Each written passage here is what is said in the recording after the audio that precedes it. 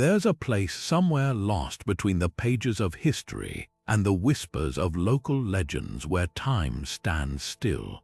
Picture a village, its crumbling stone walls half buried by creeping vines, its empty streets echoing with the ghosts of voices long silenced. No laughter, no footsteps, just the wind sighing through broken windows.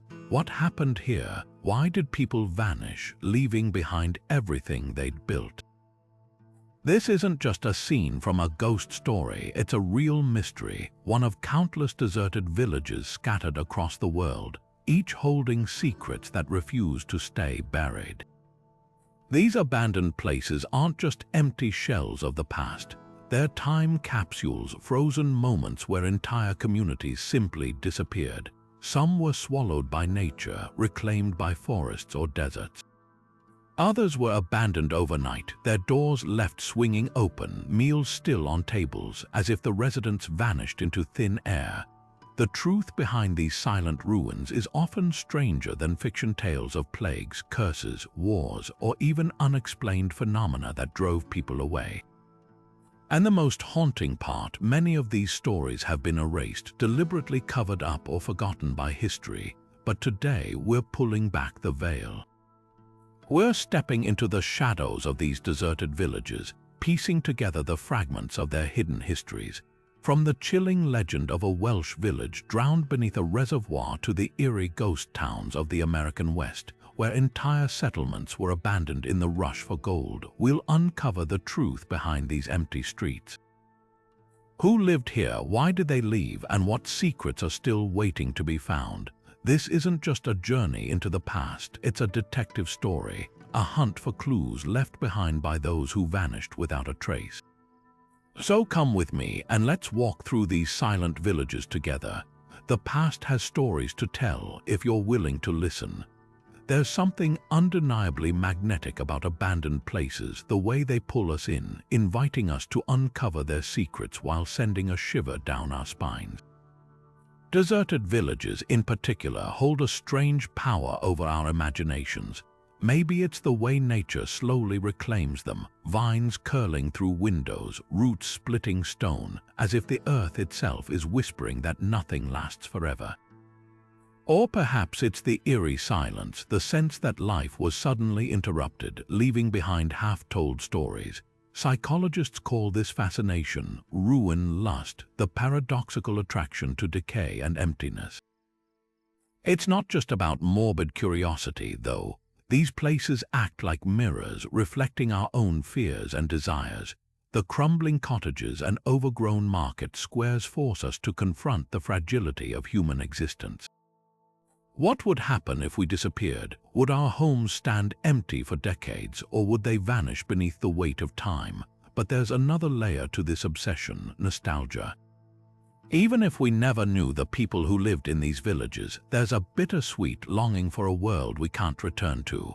Faded wallpaper, rusted tools, children's toys left in the dust, these fragments hint at ordinary lives abruptly cut short.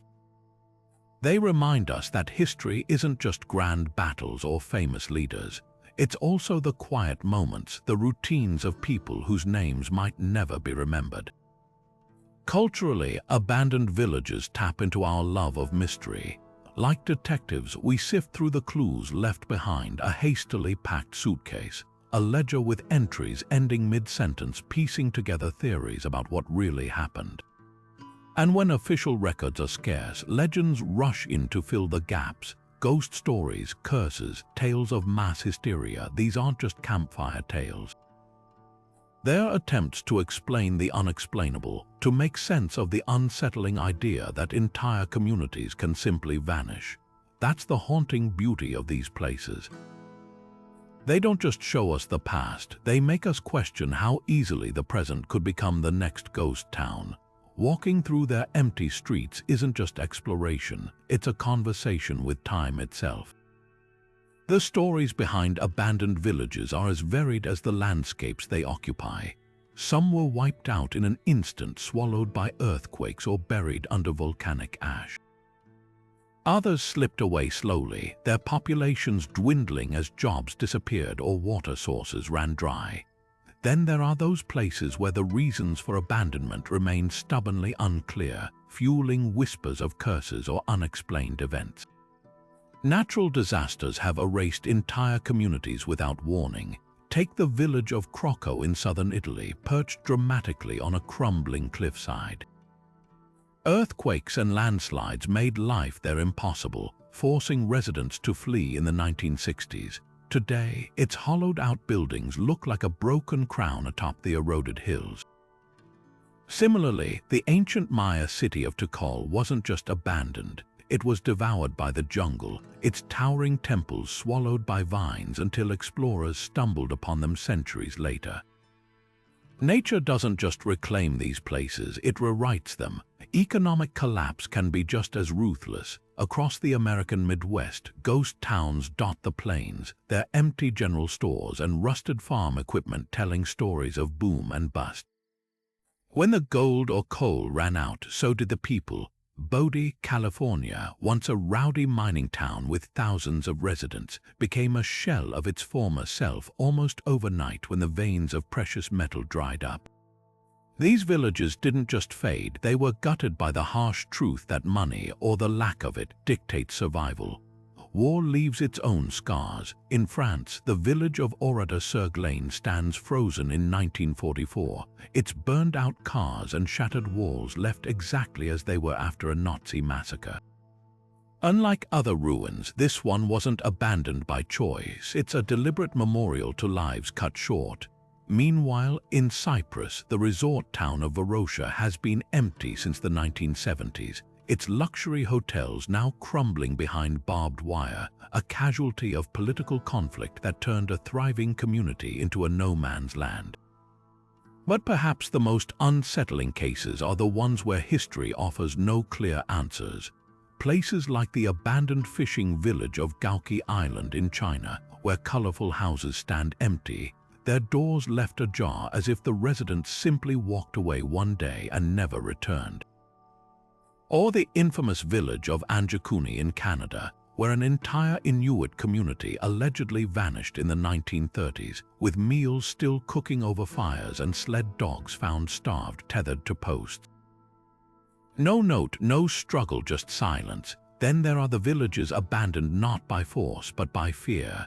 Legends cling to places like Poveglia, a small island near Venice, where plague victims were once quarantined and rumors of tortured spirits drove away the living.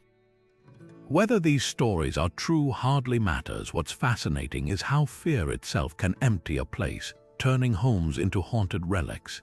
Each of these deserted villages tells a different story about vulnerability, to nature, to greed, to violence, or to the unknown. They force us to confront how fragile civilization really is, how quickly the places we call home can become relics, and maybe that's why we're drawn to them. They're not just abandoned, they're warnings wrapped in crumbling brick and whispered legends. Pripyat wasn't built to be abandoned. It was meant to be a shining example of Soviet progress, a modern city born in 1970, designed for the workers of the Chernobyl nuclear power plant and their families. Wide boulevards, lush parks, a gleaming amusement park set to open for May Day celebrations. But on April 26, 1986, everything changed. In the early hours of that morning, reactor number 4 exploded, spewing radioactive material into the air. The city was evacuated so quickly that life was left mid-stride classrooms with lessons still written on chalkboards, laundry hanging on balcony lines, toys scattered in playgrounds as if the children had just stepped away for a moment. What makes Pripyat uniquely haunting isn't just its sudden desertion, but how perfectly it captures a single moment in time. Unlike villages that faded slowly, this city was frozen in an instant. Walk through its skeletal apartment blocks today, and you'll find Soviet-era murals still clinging to peeling walls, their optimistic slogans now bitter irony. The amusement park's Ferris wheel, never ridden by a single paying customer, stands rusted against the sky, a symbol of celebrations that never happened.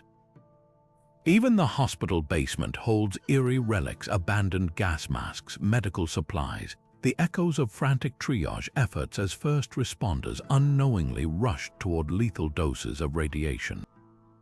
But Pripyat's silence is also a monument to human resilience. Some former residents still return, dressed in protective gear, to retrieve fragments of their past, a photo album, a childhood toy.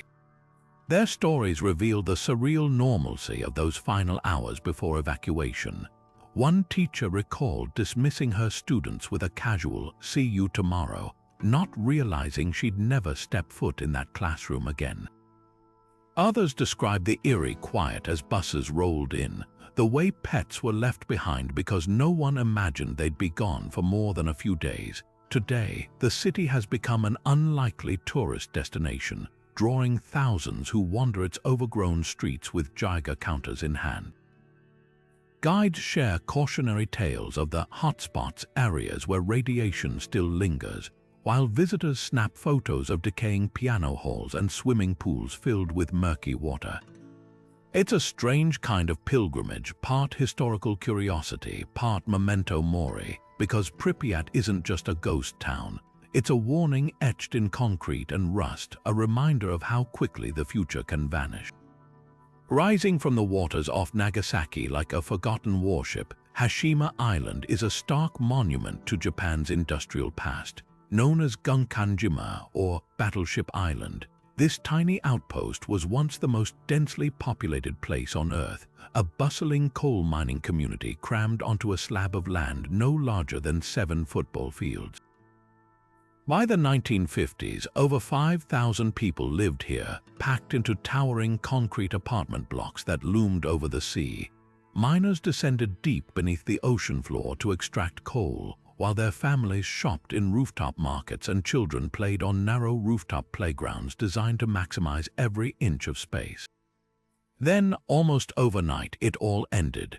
When Japan shifted from coal to petroleum in the 1970s, the mines shut down. Workers and their families boarded ferries with whatever they could carry, leaving behind a ghostly labyrinth of crumbling stairwells and empty schoolrooms. Unlike villages reclaimed by nature, Hashima's decay feels almost mechanical, rusted metal husks of mining equipment still bolted to concrete, hallways choked with peeling paint and shattered glass. The island's brutalist architecture, once a symbol of modern efficiency, now stands as an eerie relic of abandonment. Yet Hashima's story didn't end with evacuation. In 2015, it gained UNESCO World Heritage status, recognized for its role in Japan's rapid industrialization. The designation sparked controversy. Korean laborers, forced to work here under harsh conditions during World War II, argued the island's history was being whitewashed. Their shadows linger in the ruins, a reminder that progress often comes at a human cost. Pop culture has embraced Hashima's dystopian aesthetic. The island starred as a villain's lair in the James Bond film Skyfall, its skeletal buildings providing a perfect backdrop for cinematic intrigue.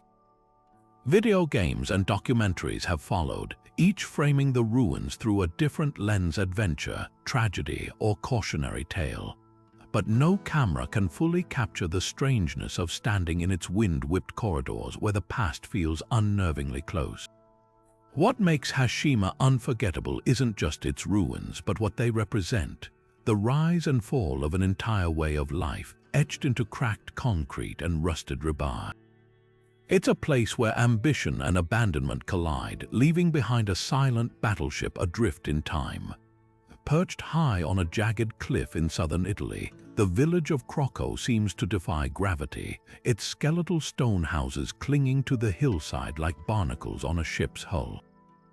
Founded in the 8th century, this medieval fortress town once thrived, its narrow alleys bustling with farmers, merchants, and monks.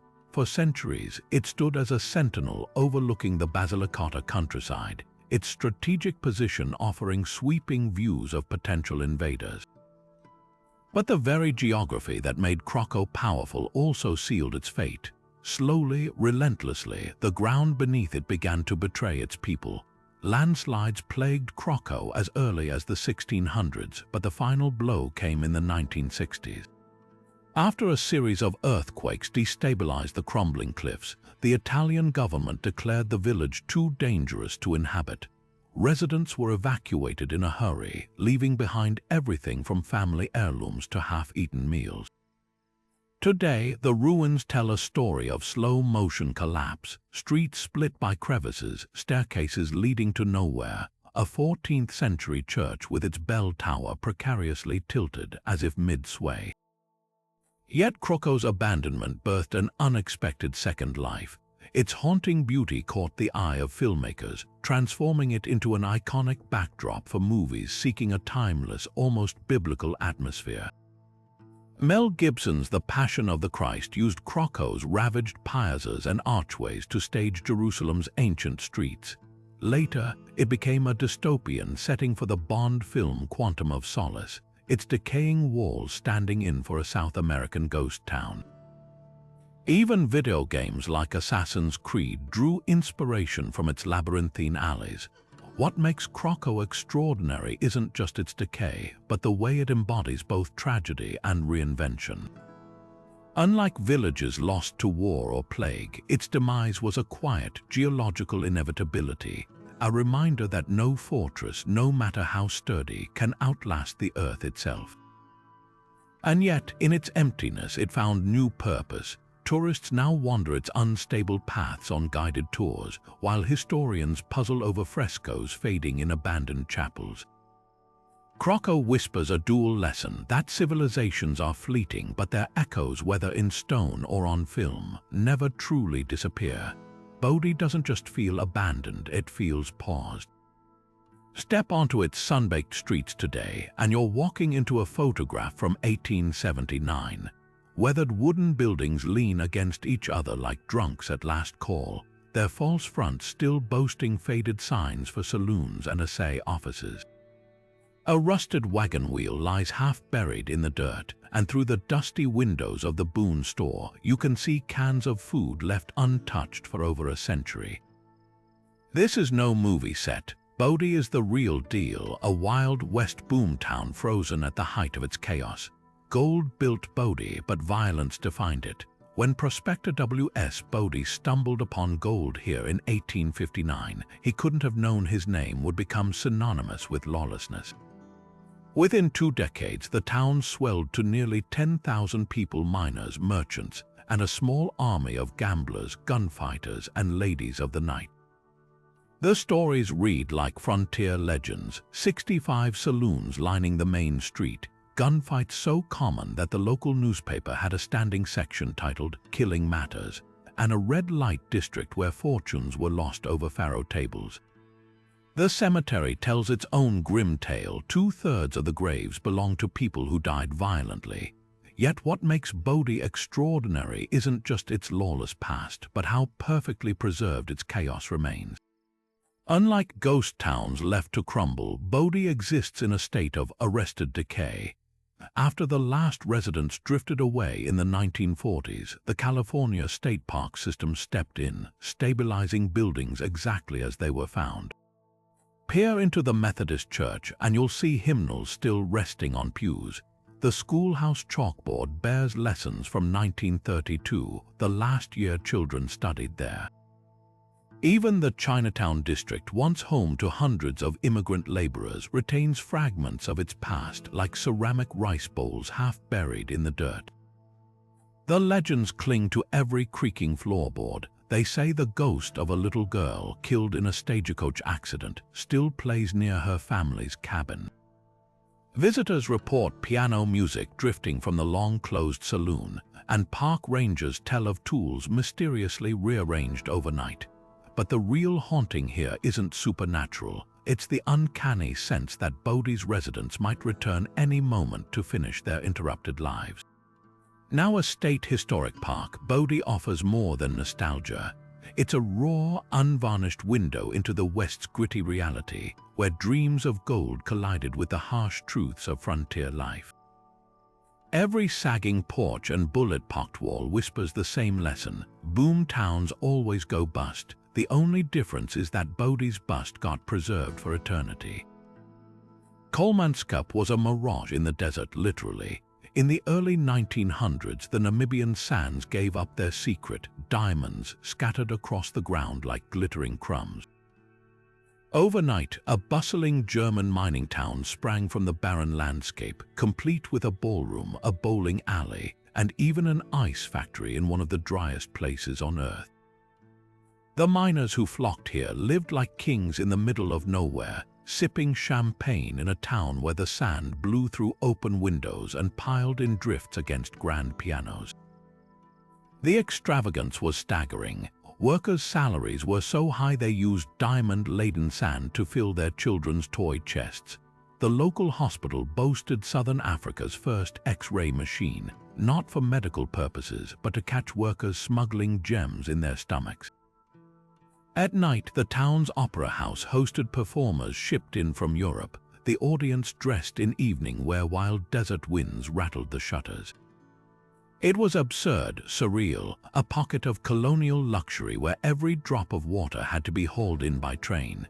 But the desert always wins. As diamond yields dwindled and richer deposits were discovered farther south, Kolmanskap's residents drifted away. By the 1950s, the last inhabitant closed the door behind them, leaving the town to the sand, and the sand came eagerly. Today, the dunes pour through shattered windows, cascading down staircases and pooling in once elegant parlors like golden waterfalls. The ballroom's floorboards buckle under the weight of encroaching silt, and the schoolhouse sits half buried, its chalkboard still bearing faint lessons in German script. What makes Kolmanskap so haunting isn't just its opulent decay, it's the irony. A town built on the most coveted gems on Earth, now swallowed by the very landscape it sought to conquer. Tourists who visit today must time their explorations carefully. Some buildings are accessible only at low tide, so to speak, when the dunes temporarily retreat. Others are lost for good, their ceilings collapsed under the desert's patient, suffocating embrace. The ghost town's fate feels like a parable. The miners believed they'd tamed the Namib, bending it to their whims with ice cubes and chandeliers. But the desert was only biding its time. Kolmanskap stands as a monument to hubris, a glittering mirage that vanished as suddenly as it appeared, proof that no amount of wealth can hold back the sands of time. The road into Oradour-sur-Glane feels like a descent into memory itself. Rows of hollow stone buildings line the narrow streets, their windows empty, their doors ripped away by time or something worse. Bicycles lean against walls, rusted where they were abandoned. A tram car, its paint peeled to nothing, sits eternally waiting for passengers who will never board.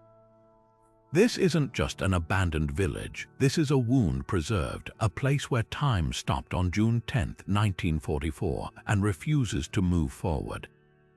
That afternoon, Nazi SS troops surrounded the quiet farming community, herding all 643 residents into the town square under false pretenses. Men were separated from women and children, taken to barns and garages where machine guns awaited. The women and children were locked inside the stone church where soldiers threw in incendiary grenades. By dusk, the entire village was ablaze, the air thick with smoke and screams. Only a handful survived, crawling from the carnage to bear witness. The brutality wasn't just about killing, it was about erasure. Yet Oradour-sur-Glane wasn't erased. After the war, French President Charles de Gaulle declared the ruins would remain untouched, not as a graveyard but as a testament. Today, the village stands exactly as it was left, its bullet-pocked walls and charred cars serving as silent prosecutors against forgetting. Visitors walk single file down the main street, their footsteps the only sound in a place where laughter once echoed. The weight of absence is overwhelming. In the church, plaque after plaque lists names: Marguerite, 12 years old, Jean, 4 months, entire families wiped out in an afternoon. What chills most isn't the destruction, but the ordinary artifacts frozen in that moment. A sewing machine sits mid-stitch in a rubble-strewn house. Rusted bed frames hint at bedrooms where children never woke up. The husk of a blacksmith's workshop still holds tools as if he might return any minute to finish his work. These details force visitors to confront the horrifying truth: Oradour wasn't a battlefield. It was home. Emotion clings to every stone. Survivors' accounts describe mothers shielding babies from flames, fathers whispering final words through barn walls. Later investigations revealed the massacre was a case of mistaken identity. The SS had meant to target a nearby resistance hub, but no explanation could undo the horror. The village's power lies in its refusal to soften history. No museum dioramas, no reconstructed facades, just raw, unhealed scars. For decades, New Oradour has thrived just downhill, its streets alive with cafes and shops. But old Oradour lingers upstream like a shadow, reminding everyone that some wounds never fully close. On quiet evenings, when the wind rattles through broken rafters, it almost sounds like voices, not accusing, not angry, just present. Because memorials aren't for the dead, they are for the living, to ensure we never pretend cruelty is something that happens elsewhere to other people. Oradour-sur-Glane doesn't let us look away. Perched on the lush hills of southwestern Turkey, Kayakuri looks like a village frozen mid-song. Its stone houses cascading down the slopes, roofless and open to the sky. But this isn't just another ghost town. It's a silent witness to one of the 20th century's most painful chapters, the 1923 population exchange between Greece and Turkey. Nearly a century ago, this thriving community of Greek Orthodox Christians, known then as Levisi, was emptied overnight, its 2,000 residents forced across the Aegean, replaced by Muslim families who found the rocky terrain impossible to farm. The result, a haunting open-air museum of abandonment, where 2 churches and nearly 500 homes stand as crumbling monuments to fractured identities. Walking through Kayakuri today feels like stepping into a photograph left out in the rain. The details are still there but fading. The larger of the 2 churches, Panaya Pirjotissa, still bears fragments of vibrant frescoes, saints' faces peering through layers of soot and weather damage. In the schoolhouse, shattered slates litter the floor, their Greek alphabet exercises half erased. Most eerie are the houses themselves, their door frames intact, their hearths cold, their walls pockmarked with holes where icons once hung. Locals say the village was so hastily abandoned that loaves of bread were left hardening in ovens, their ghosts still lingering in the air. But Kayakuri's abandonment wasn't accidental.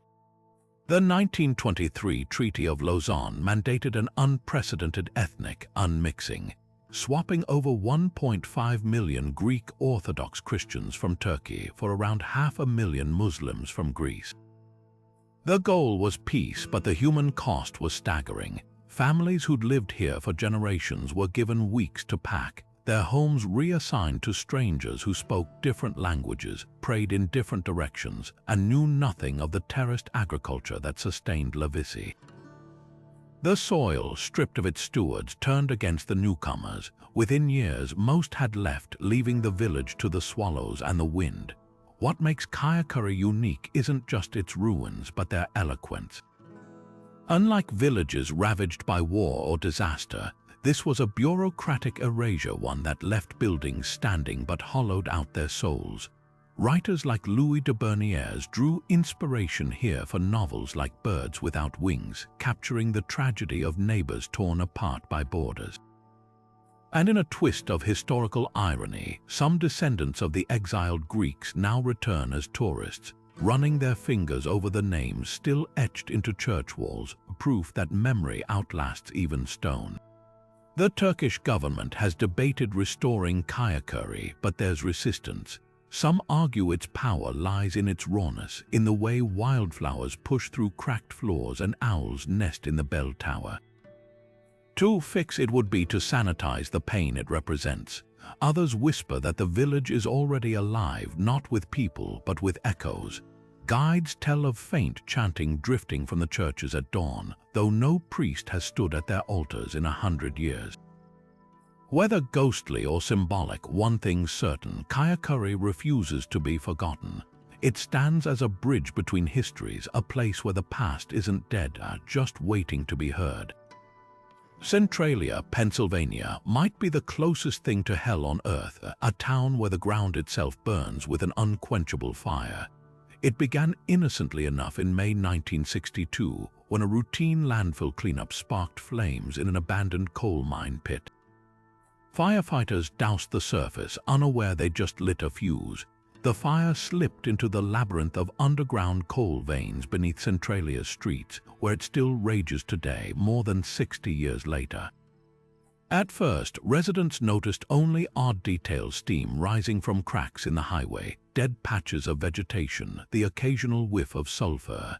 Then the ground grew warm underfoot. Basements filled with poisonous carbon monoxide. In 1981, a 12-year-old boy barely escaped when a sinkhole yawned open beneath him, its depths belching toxic smoke. By 1984, the government offered buyouts and nearly everyone left. Yet Centralia's eerie legacy lives on in its ghostly landscape. Graffiti-covered Route 61, cracked and buckled by heat, now dead ends at a barricade, the road to nowhere. Nature reclaims vacant lots where houses once stood, their foundations torn up to starve the fire of oxygen. Only a handful of residents stubbornly remain, navigating streets lined with hollow churches and a post office that no longer delivers mail. The fire itself burns on, its exact path unpredictable. Experts estimate it could smolder for another 250 years, creeping through 400 acres of coal. Pop culture seized Centralia's nightmare imagery. The town directly inspired the fog-shrouded horror of Silent Hill, where eerie silence and peeling walls mirror Centralia's reality. But truth here is stranger than fiction. Unlike most abandoned places, Centralia wasn't forsaken by economic collapse or war. It was betrayed by the very earth it stood on. Geologists compare it to mountaintop coal fires in India that have burned for centuries, or Australia's Burning Mountain, alight for 6,000 years. Yet Centralia's fire is uniquely suburban, a disaster unfolding in slow motion beneath grassy backyards and cracked parking lots. What chills most is the fire's invisibility. Walk through Centralia today, and you'll see no roaring flames, just wisps of smoke snaking from fissures, a constant reminder that the ground beneath you is literally on fire. It's a place where the ordinary becomes ominous, snow melting unnaturally in patches, fence posts charred at the base. The fire defies solutions, attempts to smother it with wet clay or dig it out only scattered it farther. Even the town's fate is unresolved. The remaining holdouts refuse to leave, while officials debate whether to declare the land uninhabitable.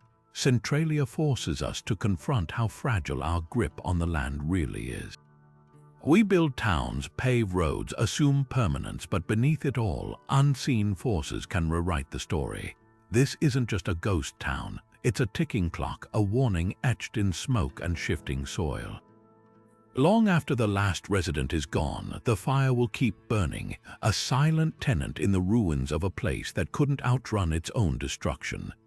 Grytviken huddles against the brutal winds of South Georgia Island like a skeleton picked clean by time. At first glance, it's hard to believe this cluster of rusted factories and listing wooden houses was once the epicenter of Antarctica's whaling industry. A place where fortunes were made, where the stench of boiling blubber clung to the icy air, and where the legendary Ernest Shackleton found his final resting place. Founded in 1904 by Norwegian businessman Carl Anton Larsen, Grytviken was more than a whaling station. It was a feat of human audacity. Workers from Scandinavia to South Africa braved sub-zero temperatures to man its flensing platforms, where harpooned whales were hauled from the frigid waters and reduced to oil, fertilizer, and even margarine. The town thrived with a grim efficiency, complete with a hospital, a cinema, and a cemetery where the dead were buried with their boots on, a tradition for those who expected to meet their maker standing up. For decades, Grytviken was a microcosm of industry and isolation. The whale oil trade boomed, filling the holds of steamships bound for Europe. but by the 1960s the leviathans of the Southern Ocean had been hunted to near extinction and the station fell silent. Machinery froze in place as if the workers had simply clocked out mid-shift. Yet abandonment didn't erase Grytviken's story, it crystallized it. Today, the ruins stand preserved by the very cold that once made life here so harsh. Massive iron vats, once used to render blubber, gape open like rusted mouths. Whale bones, bleached and sculptural, litter the black sand beach. Even the station's tiny white church, built in 1913, remains eerily intact, its wooden pews still facing an altar draped in shadows. Grytviken's most poignant resident, though, isn't a ruin, it's a grave. Sir Ernest Shackleton, the polar explorer who cheated death during the ill-fated Endurance expedition, was buried here in 1922 after suffering a heart attack aboard his ship. His tombstone, facing south as if gazing toward the frozen continent that nearly claimed him, has become a pilgrimage site. Visitors often toast his memory with a dram of whiskey, leaving the bottle beside the grave as tribute. It's a strange irony. The man who epitomized survival against impossible odds rests eternally in a town that couldn't survive itself. Now part of a British overseas territory, Grytviken has been reborn as a museum, a testament to both human enterprise and ecological reckoning. The restored manager's villa houses exhibits on whaling's brutal history, while scientists study climate change in the same labs where biologists once catalogued whale species. Cruise ships occasionally dock, disgorging tourists who wander the rusted relics with a mix of awe and unease. The air no longer reeks of blood and oil, but the past is palpable. When the wind howls through the hollowed-out factory buildings, it sounds almost like the ghostly echoes of steam whistles, or the distant cries of whales that will never return. What lingers here isn't just the legacy of industry, but the weight of choices. Grytviken stands as a monument to a time when the ocean seemed endless, its creatures inexhaustible. Now surrounded by icebergs and colonies of barking fur seals, the town whispers a warning. Even the most remote corners of the earth aren't immune to the consequences of greed. The whales at least are coming back slowly, but Grytviken remains frozen, a stark reminder of what happens when we take too much. Varosha wasn't just a beach town, it was a Mediterranean paradise frozen in time. Before 1974, this glittering stretch of Cyprus's coastline was the playground of the rich and famous, with golden sands, high-rise hotels, and a nightlife that rivaled the French Riviera. Elizabeth Taylor strolled its promenades, Bridget Bardot sunbathed on its beaches. Then, in the span of a single summer, it all came crashing down. The tragedy began with a coup. On July 15, 1974, Greek Cypriot nationalists backed by Greece's military junta overthrew Cyprus's government, aiming to unite the island with Greece. Turkey, fearing for the safety of Turkish Cypriots, invaded just 5 days later. As Turkish forces advanced, panicked residents and vacationers fled Varosha, clutching suitcases and leaving behind half-finished cocktails by hotel pools. The Turkish army sealed the area with barbed wire, declaring it a military exclusion zone, and for nearly 50 years it stayed that way. What makes Varosha's abandonment unique isn't just its suddenness, but its deliberate preservation. Unlike other ghost towns reclaimed by nature, this one was kept in suspended animation. Soldiers patrolled its perimeter while vines crept up the walls of the Ledra Palace Hotel, its ballroom still draped in cobwebbed chandeliers. Department store mannequins faded behind dusty windows, their posed elegance now eerie. Cars from the 1970s rusted in garages, their tires long deflated. The beachfront, once packed with umbrellas, became a no-man's land where sea turtles nested undisturbed. Then, in 2020, a seismic shift. Amid rising tensions over Cyprus's division, Turkey controversially reopened a small section of Varosha's waterfront. Tourists can now walk a carefully controlled strip of sand, peering past barriers at the crumbling skyline beyond. The move sparked outrage. Greek Cypriots call it a violation of international law, a blatant attempt to rewrite history. But for curious visitors, it's a surreal experience. You can sip coffee at a newly built cafe while gazing at the skeleton of the Argo Hotel, its hollowed-out rooms exposed like a dollhouse. The debate over Varosha's future rages on. Some dream of restoration, arguing its ruins could become a symbol of reconciliation. Others insist it must remain untouched, a memorial to lives disrupted. But the town itself seems indifferent to politics. Pigeons nest in the eaves of abandoned theaters. Paint peels from neon signs advertising discos that haven't spun a record in half a century. And at dusk, when the Mediterranean light slants through broken windows, the empty streets glow amber, as if the whole city is holding its breath, waiting for a curtain call that may never come. Banac's dusty streets whisper secrets of greed, gold, and gunfire. Founded in 1862 after John White struck gold along Grasshopper Creek, this Montana boomtown became a magnet for fortune seekers and outlaws. Within a year, over 3,000 people crammed into makeshift saloons and canvas tents, each dreaming of riches. But Banac wasn't just a mining camp. It was a lawless experiment where justice swung from the gallows as often as it did from a sheriff's badge. The town's most infamous chapter centers on Henry Plummer, a charming criminal masquerading as its sheriff. By day, he kept the peace. By night, he led the Innocents, a gang of road agents who robbed and murdered at least 100 travelers along nearby trails. Their reign ended brutally in 1864, when vigilantes strung up Plummer and two accomplices from a beam behind the unfinished courthouse. No trial, no last words. The hanging tree still stands, its gnarled branches a stark reminder that in Banac, the line between hero and villain was often as thin as a trigger pull. Yet what makes Banac extraordinary isn't just its violence, but its preservation.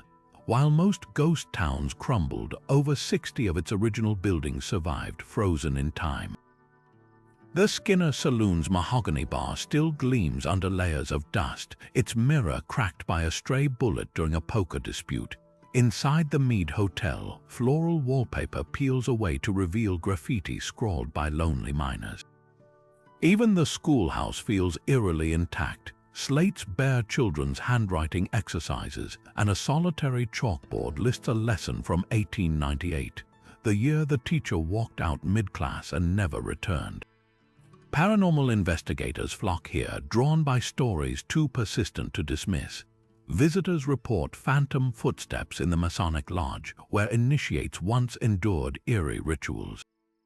The old jail's iron cells echo with unexplained banging, as if inmates still rattle their bars, but the most chilling accounts come from the cemetery at Boot Hill. Locals swear that on moonless nights, shadowy figures pace near Plummer's unmarked grave, their whispers carried on the wind. Banac's legacy isn't just about gold or ghosts, it's a mirror reflecting the West's contradictions. A place where dreams of prosperity collided with the brutality required to seize it. Today, as a state park, the town invites visitors to wander its sun-bleached boardwalks and decide for themselves. Are the whispers in the wind just the creak of old wood, or voices from a past that refuses to stay buried? High in the Montana mountains, where the air smells of pine and the only sounds are the creak of old timber and the scurry of chipmunks, Garnet clings to the past with stubborn pride. Unlike other ghost towns that crumble into dust, this one feels like it's simply holding its breath. Founded in the 1890s after gold was discovered in Bear Gulch, Garnet exploded into existence, a raucous hub of saloons, brothels, and miners trading dust for whiskey. At its peak, nearly 1,000 people called these steep slopes home, their lives tied to the whims of the mines. But when the gold veins ran dry, Garnet didn't just fade away. It went to sleep, leaving behind a snapshot of frontier life so pristine you half expect a prospector to amble out of the general store, tipping his hat as he passes. What sets Garnet apart is its eerie completeness. While many ghost towns are reduced to a few leaning structures, over 20 buildings remain standing here, preserved by the dry mountain air and a stroke of luck. The two-story J.K. Wells Hotel still has guest ledgers filled with spidery handwriting from 1905. The Doll Saloon's bar is scarred by boot heels and shot glasses, its mirror reflecting empty stools where men once bragged about strikes and near misses. Upstairs in the miner's bunkhouse, names are carved into the wooden walls, love notes to sweethearts back east, scratched by hands that never made it home. The town's best-preserved secret, its longevity owes as much to neglect as to effort. After the last resident left in the 1940s, looters stayed away because Garnet was too remote, too hidden in the folds of the mountains. Even the forest seemed to hesitate, with only a few brave saplings pushing through floorboards. In the 1960s, the Bureau of Land Management stepped in, stabilizing roofs and sealing cellars against collapse. Today, Garnet isn't just a relic, it's a living classroom. Volunteers in period costumes demonstrate blacksmithing in the old forge, while hikers peer through windows at iron bed frames and rusted stoves, their metal still blackened from meals cooked a century ago.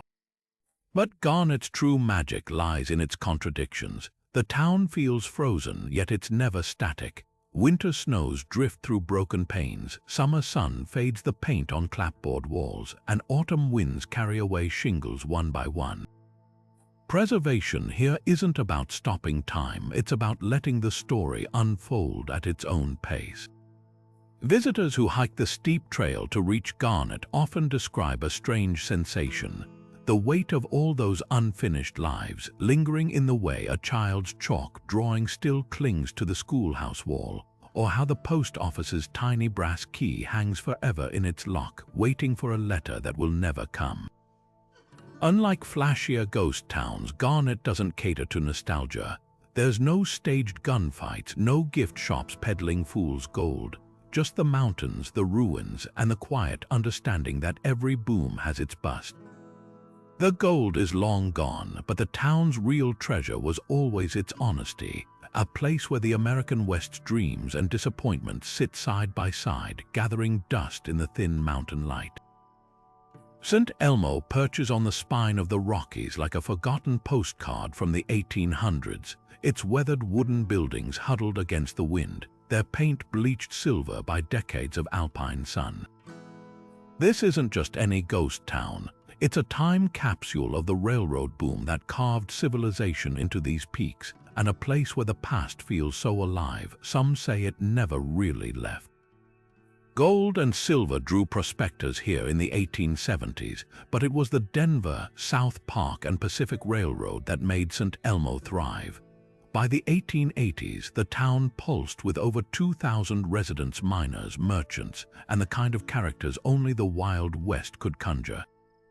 The railroad depot buzzed with activity, its platforms piled high with ore and supplies, while saloons like the Stark Brothers General Store did brisk business selling everything from dynamite to dried apples. Today, that same store still stands, its shelves stocked with vintage tins and faded patent medicines, as if the shopkeeper just stepped out for a smoke. What makes St. Elmo extraordinary isn't just its preservation, but its inhabitants, both living and spectral. Locals swear the town is haunted by the echoes of its heyday. Visitors report phantom footsteps in the old schoolhouse where chalk dust still lingers in the air. Some claim to hear the ghostly whistle of a steam engine near the tracks long after the last train vanished. Even the town's namesake, Elma Stark, is said to linger in the hotel she once ran, her presence marked by sudden cold spots and the faint scent of rosewater. Yet St. Elmo's real magic lies in its light. Photographers flock here at dawn when the first rays gild the false front buildings and the Chalk Creek Valley glows emerald below.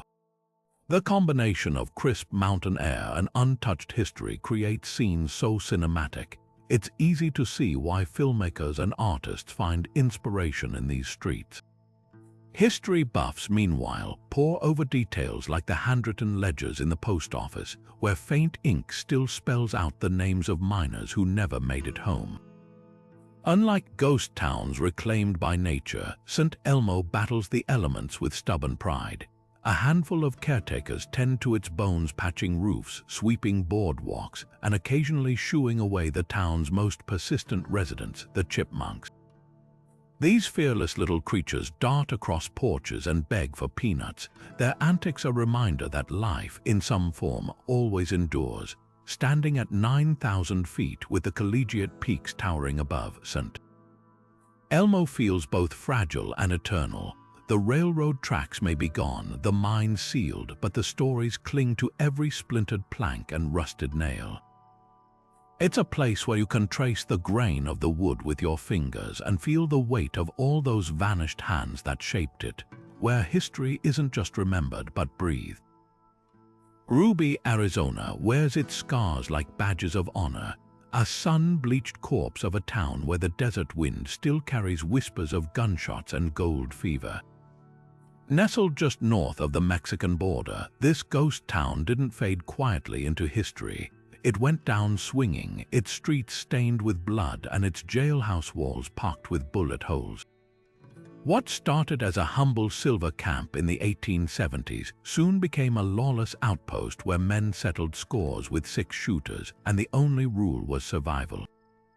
The real trouble began when Ruby's mine struck zinc and lead, transforming it into a boomtown overnight.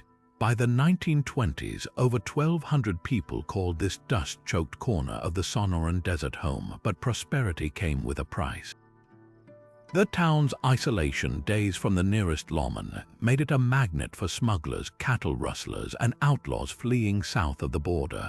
Ruby's two-story jail, built from rough-hewn stone, became the stage for some of Arizona's most brutal frontier justice. Men were dragged into its cramped cells for everything from claim jumping to cold-blooded murder, but the iron bars didn't always hold. In 1920, a lynch mob stormed the jail, hauling out 3 suspected bandits and stringing them up from a telegraph pole without trial. Their shadows still seemed to loom over the abandoned gallows, yet Ruby's most infamous crime didn't happen in the jail. It unfolded in the mercantile. In 1921, 2 brothers, Alex and John Frazier, gunned down the town's beloved storekeeper, Phil Clark, in broad daylight over a disputed debt. The shooting sparked a manhunt that stretched across 2 states, ending with John's capture and Alex's bullet-riddled body dumped in a canyon. Today, visitors swear the mercantile's floorboards creak under invisible footsteps, as if Clark's ghost still tends the shelves. The town's death knell came in 1940 when the mines closed and the last residents fled, leaving behind an eerie time capsule. Unlike other ghost towns reclaimed by nature, Ruby's buildings stand eerily intact. The schoolhouse's desks still lined up in rows, the post office's cancellation stamps gathering dust. Even the jail's ledger lies open, its pages detailing arrests for disturbing the peace and assault with intent to kill. But the real spine-chiller. The makeshift cemetery on the hill, where wooden crosses tilt at drunken angles. Many graves are unmarked, their occupants known only to the coyotes that howl at the moon. Ruby's legacy isn't just about lawlessness, it's about the fragility of order in places where the rules are written in sand. Walk its silent streets today, and you'll find shotgun shells baking in the sun, rusted hinges squeaking like distant screams, and the uneasy sense that some towns don't just die, they haunt. Kuldhara's ruins rise from the Rajasthan desert like a warning carved in sandstone. According to local legend, this once thriving village was home to the Palawul Brahmins, a prosperous community known for their skill in water conservation and trade. Then, one night in the early 19th century, every single resident vanished, leaving behind untouched meals, unlocked doors, and a curse so potent it's said to linger over the crumbling walls even today. The story goes like this. Salam Singh, the corrupt Diwan minister of Jaisalmer, set his sights on the village chief's beautiful daughter. He demanded her hand in marriage, threatening ruin if the community refused. Rather than submit, the Palawul elders gathered under the cover of darkness and made a pact. They would abandon their ancestral home, but not before invoking a curse. No one who settled in Kuldhara would ever know peace. By dawn, over 1,500 people had disappeared into the desert, taking their secrets with them. Archaeologists paint a more nuanced picture. While records confirm Kuldhara's abrupt abandonment, the curse remains unverified. Excavations reveal meticulous town planning, intricate rainwater harvesting systems, well-designed houses with hidden escape routes, and evidence of a thriving economy. Some scholars argue the Paluals fled not from a single tyrant, but from oppressive tax policies under the crumbling Jaisalmer kingdom. Others point to dwindling water sources, a death sentence in the Thar Desert. Yet Kuldhara's eerie atmosphere defies rational explanation. Visitors report sudden temperature drops, disembodied whispers echoing through empty lanes, and cameras malfunctioning near the old temple. Guides recount chilling encounters, phantom figures glimpsed in doorways, the scent of incense where none burns, even the distant sound of weeping children. The Indian Paranormal Society has documented bizarre electromagnetic fluctuations here, with equipment failing at predictable spots, as if the village itself resists scrutiny. What makes Kuldhara uniquely unsettling is its state of preservation. Unlike ruins reclaimed by nature, the village feels artificially frozen. Clay pots sit undisturbed in kitchens, their contents long dried to dust. A spinning wheel rests mid-thread near a hearth where embers should still glow.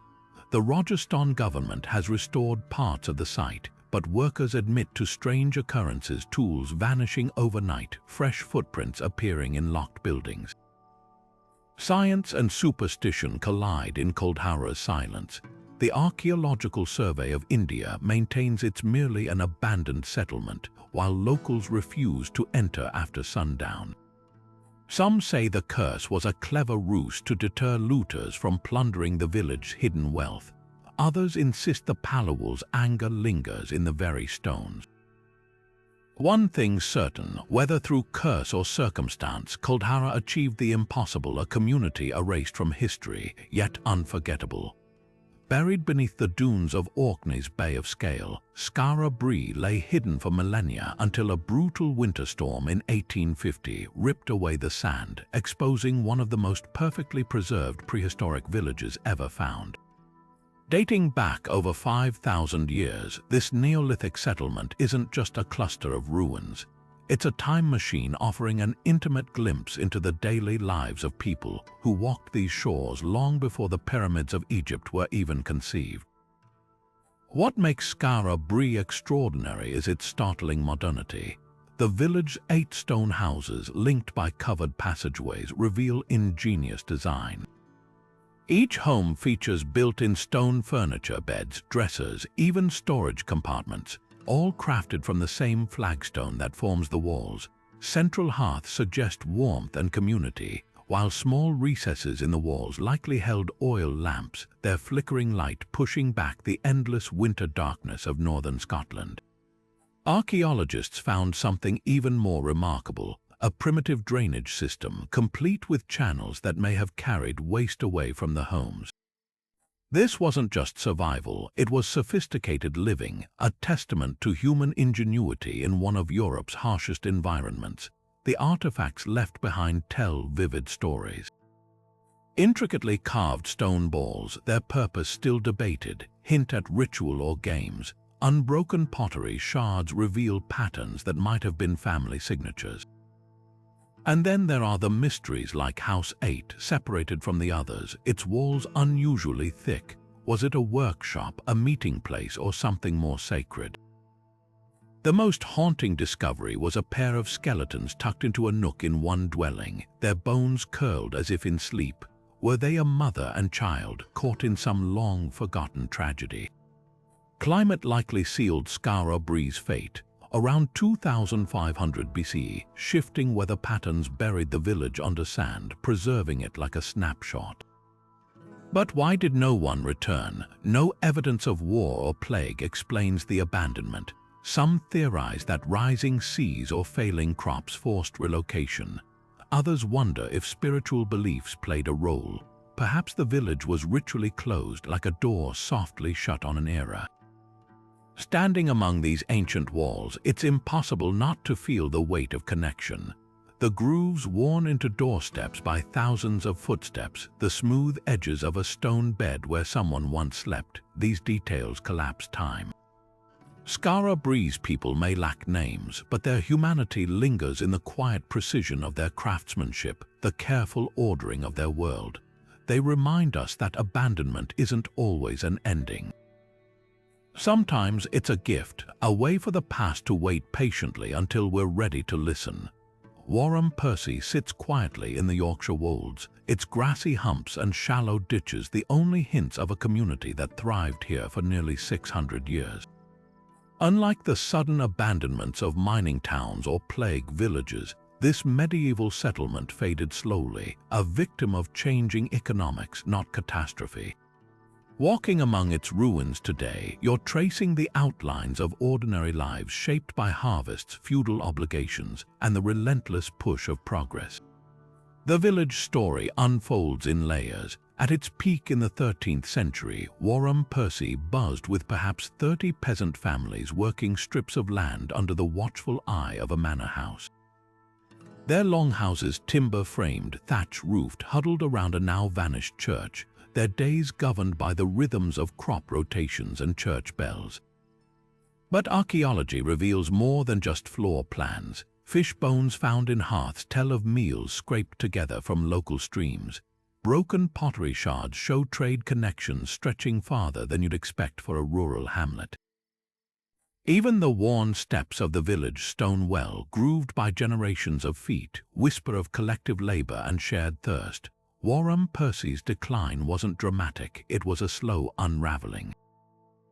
The Black Death in the 14th century likely thinned its population, but the real death blow came from sheep.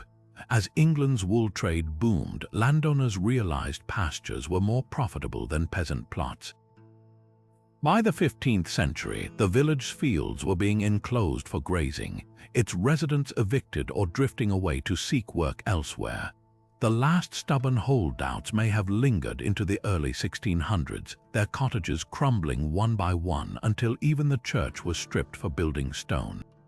What makes Warham Percy extraordinary is its afterlife as an archaeological Rosetta Stone. Excavations here revolutionized our understanding of medieval peasant life. Take the humble longhouse, these combined living quarters and barns under one roof, their central hearth smoking up through thatch.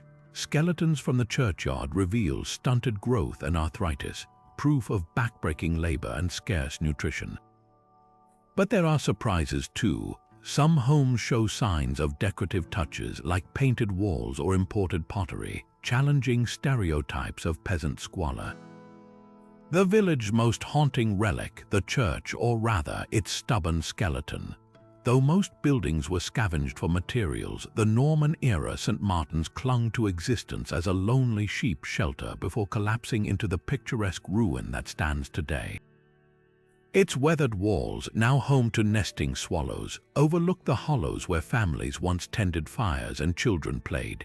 Modern visitors often describe an uncanny feeling here, not of ghosts but of time's uneven erosion. Warham Percy wasn't wiped out by war or disaster, it was deemed obsolete. The ridge and furrow patterns of its fields, still visible from the air, are like fingerprints pressed into the land, proof that even vanished communities leave marks if you know where to look. In an age of abandoned malls and shrinking towns, the lesson lingers: progress always has casualties, and they're rarely grand enough for history books. Humberstone and Santa Laura rise from the Atacama Desert like skeletal monuments to a vanished empire, not of gold or silver, but of nitrate. In the late 19th century, these saltpeter mining towns pulsed with life, their fortunes tied to a humble mineral that once fueled the world's agriculture and explosives industries. Workers from across Chile, Peru, and Bolivia labored under the relentless sun, scraping caliche, the nitrate-rich crust of the desert, from the earth, while company stores stocked imported perfumes and fine fabrics for the wealthy managers. For decades, these oases of industry thrived in one of the driest places on Earth, complete with theatres, swimming pools, and even an English-style villa for the mine's British owners. Then, almost overnight, the boom went bust. The town's heyday was built on a simple chemical truth. Sodium nitrate, or saltpeter, was essential for both fertilizer and gunpowder. Chile's Atacama Desert held the planet's richest deposits, and by the early 1900s, over 200 officinous nitrate works dotted the barren landscape. Humberstone, originally called La Palma, was a model company town, its orderly streets lined with neoclassical buildings and a grand theatre where opera singers toured. Santa Laura, its sister site, was the industrial heart, a maze of grinding mills and towering chimneys where raw caliche was crushed, boiled, and transformed into gleaming white crystals. Together, they formed a microcosm of globalization, their product shipped as far as Europe and North America.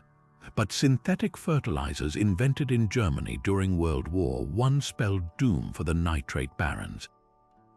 By the 1930s, the market collapsed and workers fled the Atacama's scorched remains.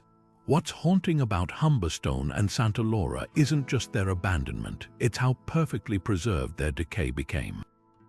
The hyper-arid climate slowed time. Schoolbooks still lie open on desks in Humberstone's classrooms, their ink barely faded. The theatre's velvet curtains dangle in tatters, sunlight piercing holes where moths have feasted for decades. At Santa Laura, the rusted carcass of the nitrate processing plant looms over the desert, its metal bones creaking in the wind like a machine still trying to run. UNESCO recognized the sites in 2005, not just for their industrial archaeology, but as symbols of a pivotal, often brutal chapter in South American history. The nitrate boom drew indigenous and migrant laborers into near-feudal conditions, their lives controlled by company scrip and armed guards. Yet the towns also birthed a distinct Pampino culture, a blend of traditions from the workers' diverse homelands expressed in folk songs about the desert's hardships. Modern visitors can still see traces of this resilience. Murals painted by homesick workers, makeshift soccer fields scratched into the dust, and the poignant graffiti left by former residents who made pilgrimages back to their crumbling homes in later decades. The silence here is deceptive. Stand in Humberstone's plaza at dusk, and you might catch the ghostly echo of a waltz drifting from the social club where managers once danced under crystal chandeliers. Or walk through Santa Laura's processing plant where the oxidized machinery seems to whisper in metallic sighs. These ruins aren't just relics, they're mirrors reflecting the rise and fall of entire economies and the lives that got swept up in the tide. The Atacama doesn't give up its secrets easily, but Humberstone and Santa Laura stand as open books, their pages written in rust, salt, and enduring human spirit. Agdam was never meant to be empty. Once a thriving city of 40,000, its streets buzzed with bakeries, music schools, and a grand mosque whose minarets pierced the Azerbaijani sky. Then came the war. In the summer of 1993, as fighting raged over the disputed Nagorno-Karabakh region, Armenian forces advanced on Agdam. Panicked residents fled with whatever they could carry, leaving behind a city that would become one of history's most surreal casualties of conflict. Unlike other ghost towns reclaimed by nature, Agdam was systematically dismantled not by time but by human hands. Walking through Agdam today feels like stepping into a post-apocalyptic film set. The skeleton of the mosque still stands, its dome stripped bare, walls pocked with bullet holes. Nearby, the ruins of the bread museum, once showcasing ancient milling traditions, yawn open to the sky, its exhibits looted or smashed. But the real shock comes when you realize the sheer scale of destruction. Over 30,000 homes, 6 schools, even a music conservatory, all reduced to jagged concrete shells. Satellite images reveal a chilling gridwork of foundations where neighborhoods once stood, like a phantom imprint of lives interrupted. What makes Agdam uniquely haunting isn't just its abandonment, but its transformation into a no-man's land. For decades, it served as a buffer zone between Armenian and Azerbaijani forces, its ruins occasionally repurposed as sniper nests or military observation points. Locals called it the Hiroshima of the Caucasus, not for radiation, but for the eerie void where a city should be. Even the graves weren't spared, cemeteries were bulldozed, headstones used as building materials. Nature, usually quick to colonize ruins, seems hesitant here. Only the hardiest weeds push through cracked pavement. Yet Agdam's story took an unexpected turn in 2020 when Azerbaijan regained control of the territory. Almost immediately, plans were announced to rebuild the city from the ground up. Construction crews now work beside bullet-riddled buildings, their cranes silhouetted against the same mountains that once echoed with artillery fire.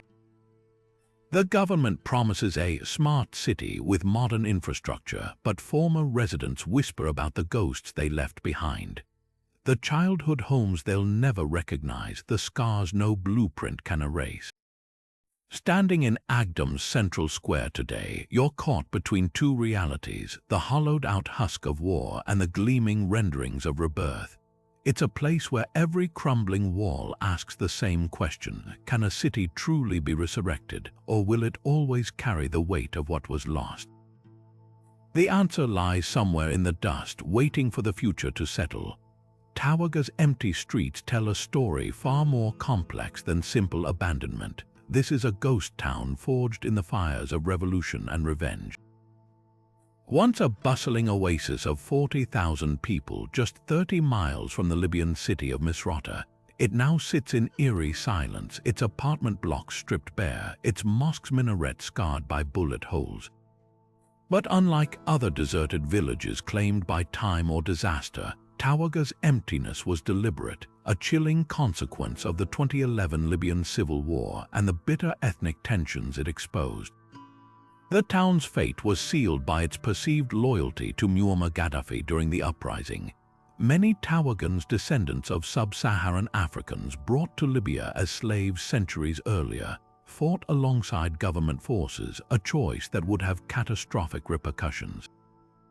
When rebel factions from nearby Misrata gained the upper hand, they unleashed a campaign of retribution, accusing Tawaga of harboring pro-Gaddafi militias and committing atrocities. By August 2011, the entire population had fled under threat of violence, their belongings left behind as if frozen in mid-use. Walking through the ruins today, you'll find classrooms with Arabic lessons still chalked on blackboards, collapsed market stalls spilling canned goods, and family photos fluttering in the wind, fragments of lives disrupted in an instant. What makes Tawaga's abandonment so controversial isn't just the forced exodus, but the systematic erasure that followed. Misratan militias reportedly scrawled graffiti like "the slaves don't deserve to return" on the walls while homes were looted or burned.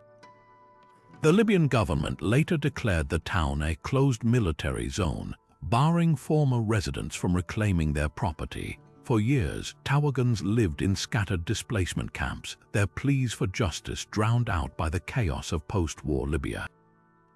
Yet Tawaga's story isn't just about destruction, it's about the unresolved wounds of identity and belonging.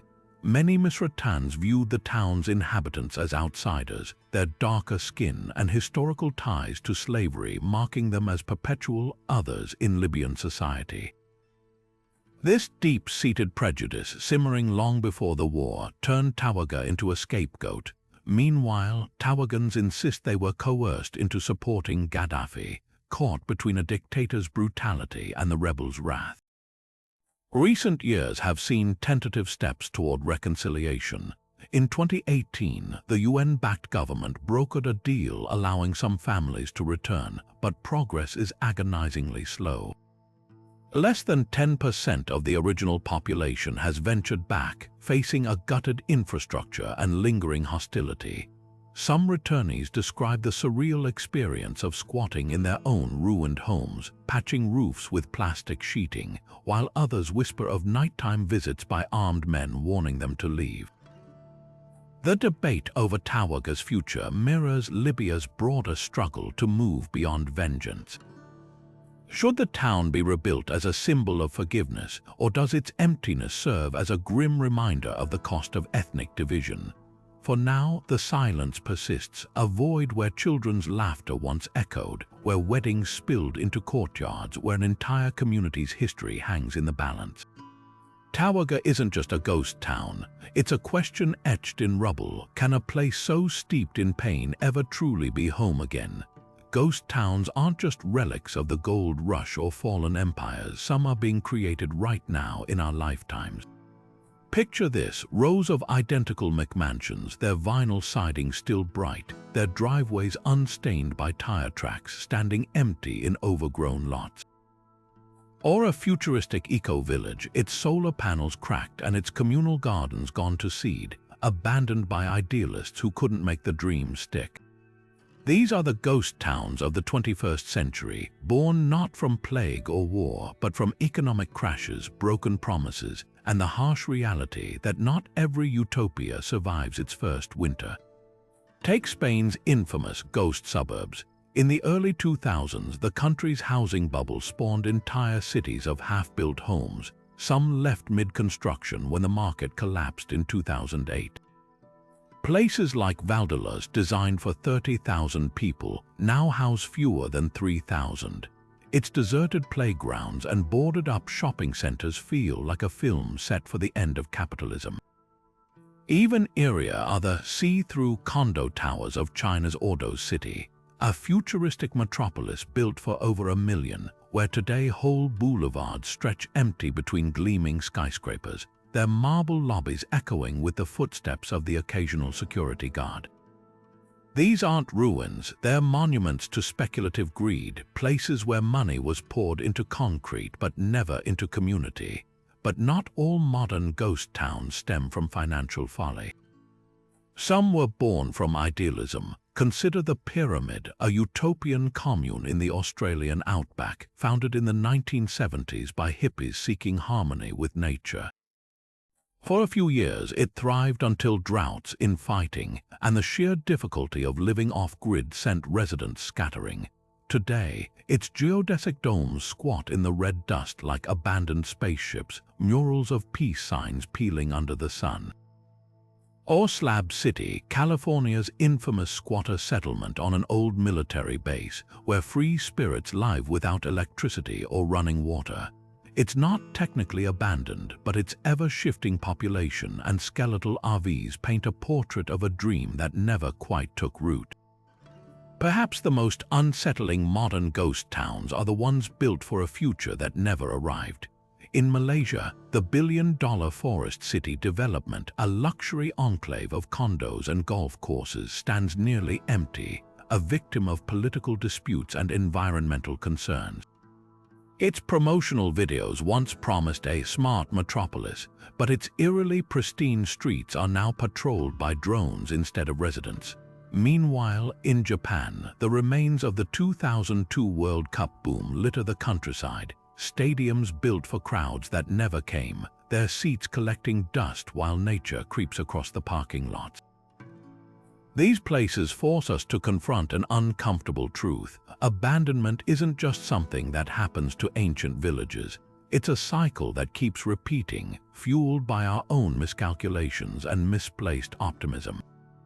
Whether it's a developer's greed, a government's hubris, or a collective's failed dream, the result is the same: empty spaces where life was supposed to flourish. And in their silence, they ask us the hardest question of all. What are we building today that might become someone else's ruin tomorrow? These deserted villages are more than just empty shells. They're mirrors reflecting our own fragility, our hunger for meaning, and the quiet persistence of memory. Each abandoned street, each crumbling wall, tells a story of lives interrupted, of communities that once thrived and then vanished into the shadows of history. Whether swallowed by nature, erased by war, or abandoned by economic tides, these places share a haunting beauty, one that lingers in the dust and whispers of what was lost. What makes them so compelling isn't just the mystery of their abandonment, but what they reveal about resilience. Some, like Centralia, defy extinction, lingering stubbornly despite the ground itself turning against them. Others, like Warham Percy, dissolve slowly, their stories etched in the land itself, waiting for someone to piece them back together. And then there are those like Oradour-sur-Glane, preserved intentionally as a stark memorial, forcing us to confront the darkest chapters of our past. These villages don't just fade away, they demand we remember. They also teach us about the passage of time. Walk through a ghost town and you're standing at the crossroads of then and now. A child's toy left in the dust, a ledger filled with names of the long gone, a church bell that hasn't rung in a century. These fragments stitch together the fabric of lives that once filled these spaces. They remind us that history isn't just in textbooks, it's in the cracks of a doorstep, the ghostly echo of a schoolroom, the rusted remains of a miner's pick. But the real power of these places, they blur the line between past and present. A village like Kolmanskap, drowned in sand, feels like a mirage, proof that even the grandest dreams can crumble. Meanwhile, modern ghost towns like Spain's empty suburbs or China's vacant megacities warn us that abandonment isn't just a relic of history. It's a cycle, one that keeps repeating whenever ambition outpaces reality. So what's the call to action in all this? Simple: look closer. These places aren't just for urban explorers or history buffs, they're for anyone who's ever wondered about the footprints we leave behind.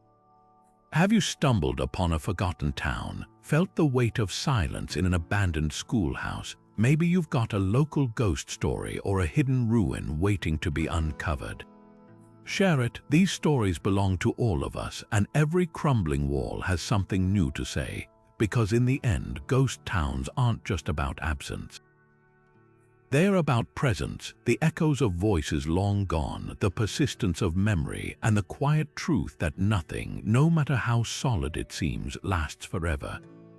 So keep exploring, keep questioning, and most of all, keep listening. The past has more to tell us than we